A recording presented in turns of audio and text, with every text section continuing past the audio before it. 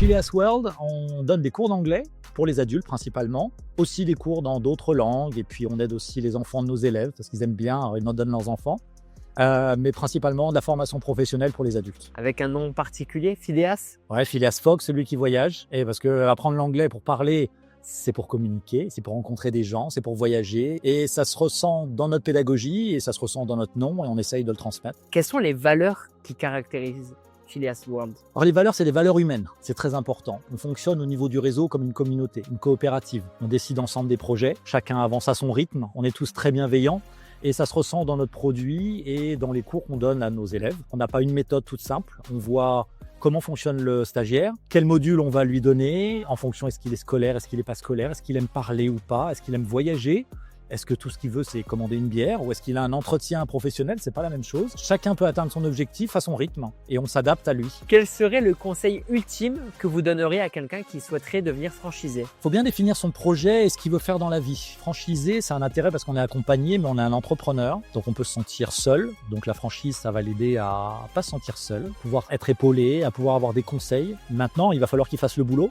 C'est pas une recette unique. Il n'y a qu'une société sur 5 qui réussit quand elle est toute seule. On améliore énormément ses chances quand on est accompagné, quand on est une franchise, quelqu'un qui a déjà testé, on va aller beaucoup plus vite. Il faut quand même bosser. Et ça, c'est pas évident. Qu'est-ce que représente la franchise pour vous? Moi, j'ai créé ma première société à 20 ans. J'avais une compétence, c'était de parler anglais. Mais depuis, ma compétence est devenue d'être entrepreneur.